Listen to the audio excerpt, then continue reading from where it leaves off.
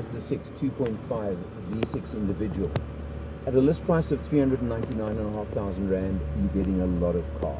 138 kilowatts, 250 Newton meters of torque, so you've got plenty of power as well from the V6 engine. If you take a close look at the interior of the car, you'll see pretty much a luxury version with all the features you could possibly need. 6-speed automatic gearbox to start with. It does have the override and Tiptronic function if you do want it on the steering wheel. Multi-function steering wheel as well, with all your controls for your computers, for your infotainment system, and even for your phone, of course. Talking about the infotainment screen, nice touch screen system over here. Doesn't have navigation, which I find interesting, but then the common comment these days is that you can use your phone for navigation and that they don't necessarily have to build in navigation systems. So quite interesting over there. Nice storage areas around, luxury level of trim, of course, with full leather, etc. Taking a look down to the right of the steering wheel, there's a couple of interesting little buttons over here, and I'm going to point out a few of them. You do have your DSC, Dynamic Skid Control, which you can switch out if you want, although I don't always recommend you doing that. But this button over here is an interesting one. That is a lane departure system that is fitted to the car. So if you do find yourself drifting out of the lane, it beeps and warns you about that.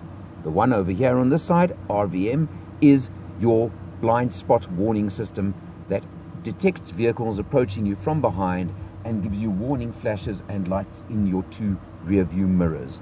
Very interesting, fantastic safety feature. I really do like this one, and it works extremely well out on the road. There is no doubt about it.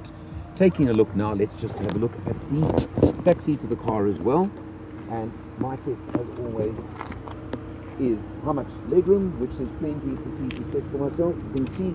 And secondly, is there enough headroom for me wearing my hat as always. Pretty large at the back.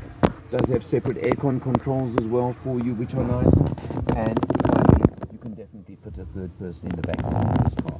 Overall, at call it 400,000 Rand, a good sized V6 sedan, economy-wise, mixed use over a good few days, nearly a week's driving, approximately 9 litres per 100, which again, I feel, with the power available, the comfort, the size, is a very, very fair figure.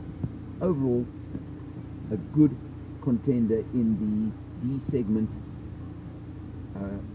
of the range of the market these days, at a price range that, and a price point that I believe is very competitive.